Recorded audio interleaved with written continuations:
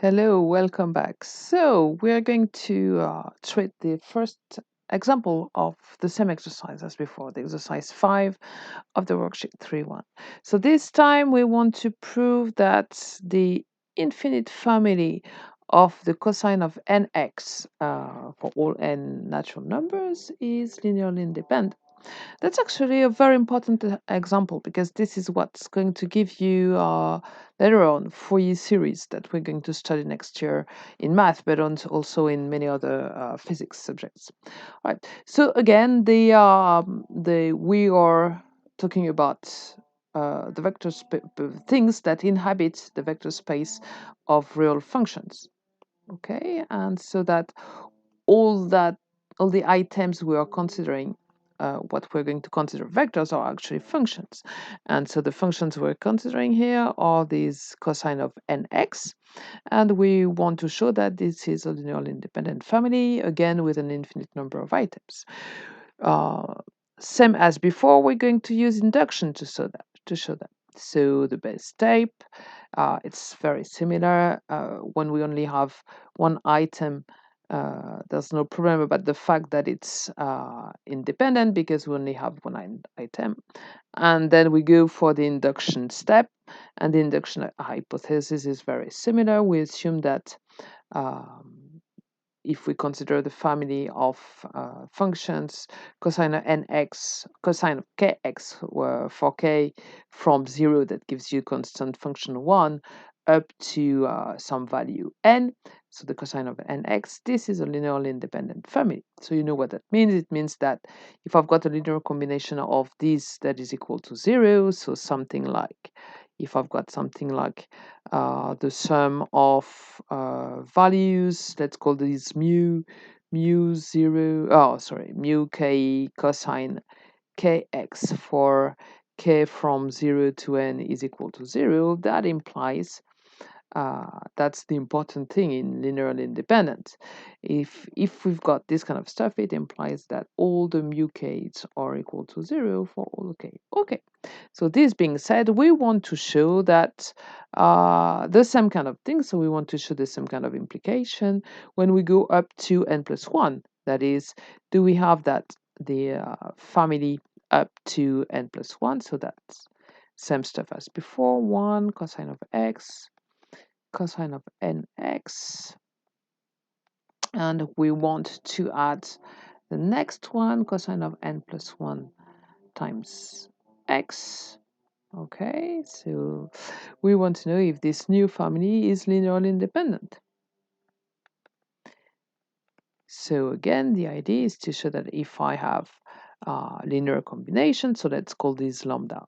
If we have lambda 0 times 1 plus lambda 1 cosine of x plus lambda n cosine of nx plus lambda n plus 1 cosine of n plus 1 times x equals to 0. So again, the question is, does it imply that lambda, all the lambda k's, lambda k's equals to 0 for all k, equals to 0 up to n plus 1? Okay, so that's the question. The question is actually on this implication, right? So we have some kind of very specific techniques, and I want you to be able to redo that. And if you look at the test of last year, the first test, we had a very similar question with a family made of the sinus of nx instead of the cosine, right? So it's a very, very common one. So let's work on this expression. Let's call this expression expression 1. What we're going to do is actually to differentiate that expression twice. Why do we do that? Because we know that if you differentiate twice a cosine, you get again a cosine, right? So let's differentiate it once. If I differentiate it once, I'm going to lose the constant, and then I will get minus lambda 1 sinus of x. Next one, which would have been plus lambda 2 cosine of 2x, becomes minus 2 lambda 2 sinus of 2x minus etc. So all the cosines go into sines, and the typical item from this sum is going to be, well, let's take the nth one. It's going to be minus n times lambda n sinus of nx. Next one, well, last one would be minus n plus 1 lambda n plus 1 sinus of n plus 1 times x.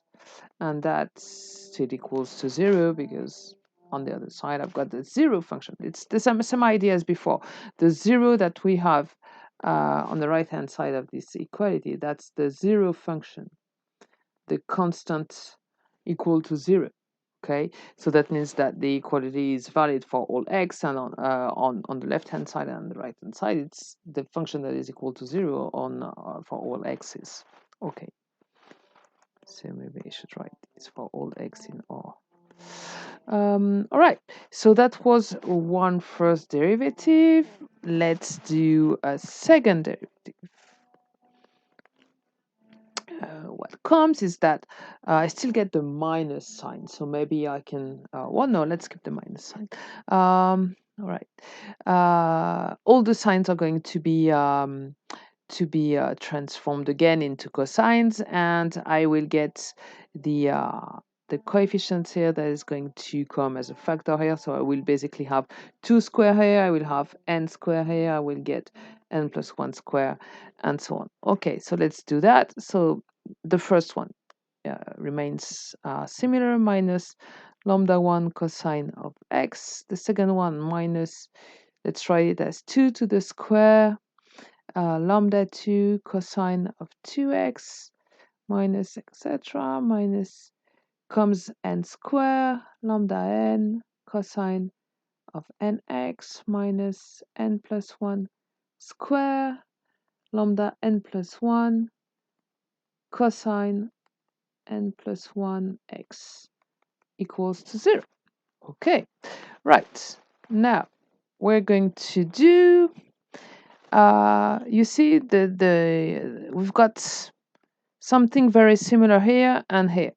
Well, we've got the same lambdas, we've got the same cosines, we've got the same lambdas, we've got the same cosines, we've got the same lambdas, we've got the same cosines. All right. What we're going to do is to do, well, n plus 1 square times expression 1. Okay, that's expression 1. Okay, and subtract expression 1 second derivative. Subtract this one. Oh, well, add it. Sorry, we already have the minus signs here. Okay, because what's happening when we're doing that? If we multiply the first one by n plus 1 square, n plus 1 square, n plus 1 square, we've got n plus 1 square, we've got n plus 1 square. What's happening is that, let me find a new color. This term here is exactly the same as this one. So that when you add the two lines together with a minus sign here, these terms are going to cancel. And why is that interesting? Because then I will have only things like, okay, I have n plus 1 square lambda 0 plus n plus 1 square lambda 1 minus lambda 1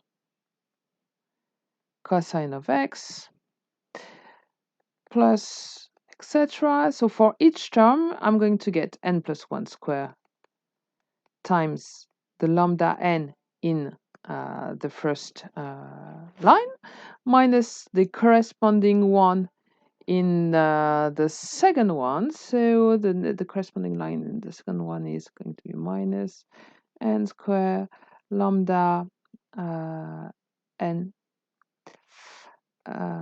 times cosine of nx, and that's equal to 0. And what is interesting here is that this is really like a real coefficient. Well, let's call that mu 0 plus another real coefficient, mu1 cosine of x, plus blah blah blah, mu n cosine of nx equals to 0, which is exactly our induction hypothesis. This one. That's our induction hypothesis. That tells us that if I've got a linear combination of coefficients times the cosine of kx from 0 up to n, then it implies that all these coefficients are equal to 0. That's exactly what we've got here. Okay, we've got a linear combination of the cosines from 0 to n, and it's equal to 0. So that tells me that all the mu k's are equal to 0 for k is equal to 0 up to n. Right, so what is the typical mu k? So it's going to be, we had n plus 1 square times the lambda k from the first equation, minus from the second equation. What do we get in the second equation? We get k square lambda k. Okay, that's the typical item in the segment equation that we get. Okay, let me work on that. That's going to be, well, I can factor with lambda k. Lambda k times n plus 1 square minus k square. So n square plus 2n plus 1 minus k square. Okay, and k, sorry, choose another color. K is going from 0 up to n, so that that value here will always be different from 0. So that if I want all the mu k is equal to 0 because of the linear independence assumption, I really need all the lambda k's to be equal to 0. For k is equal to 0 up to n. Okay, so what have we learned? We have learned that in this expression, in expression 1, I had all the lambda k's equal to 0 from 0 up to n. So that tells me that in the first expression, we only have the last term remaining. The term with n plus 1, lambda n plus 1, cosine n plus 1 x is equal to the 0 function. Okay, and we know the cosine is, well, most of the time different from 0. Okay, so if we want this to be equal to the 0 function, we have no other choice than having lambda n plus 1 equals to 0. Okay, so that's it. We've got it. We've got lambda k is equal to 0 for all k equals 0 up to n plus 1. And so that tells us that family up to n plus 1 is linearly independent. Sorry for my writing, I'm going to get better at this. And so that by induction, the family, when we're considering all the cosines nx for n in n, is linearly independent.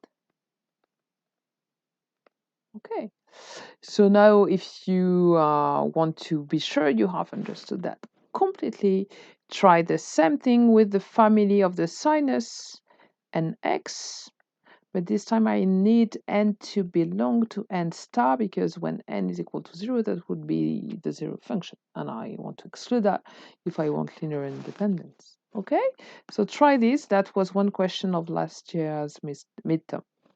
Okay, see you.